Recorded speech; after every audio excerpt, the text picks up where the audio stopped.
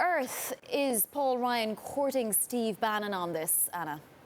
Well, you know, on just about every policy that House Republicans are trying to push through, it's really important to get Donald Trump's ear. And the way to do that is to get to his closest White House advisors. Steve Bannon is perhaps the most powerful of those. So getting him on board was a really big deal for Paul Ryan for this border adjustment plan. Except why does he really need him?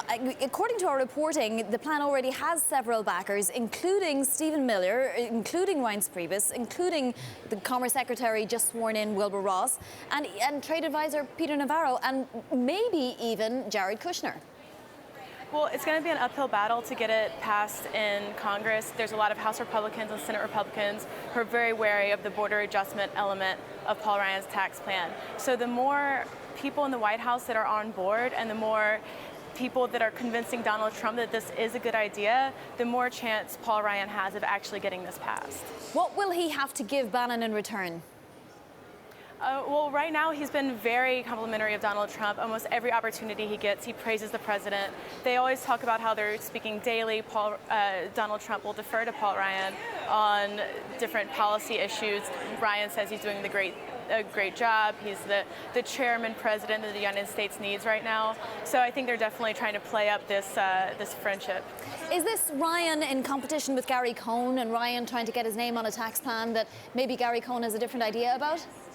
Well, House Speaker Ryan is also speaking with Gary Cohn about this. He's trying to convince them. The problem is that they need this border adjustment element of the tax plan, which is very controversial, in order to pay for the tax cuts. So I think a lot of people are on board with the tax cuts, but legislatively, it has to be revenue neutral. And in order to accomplish that, you need the border adjustment element.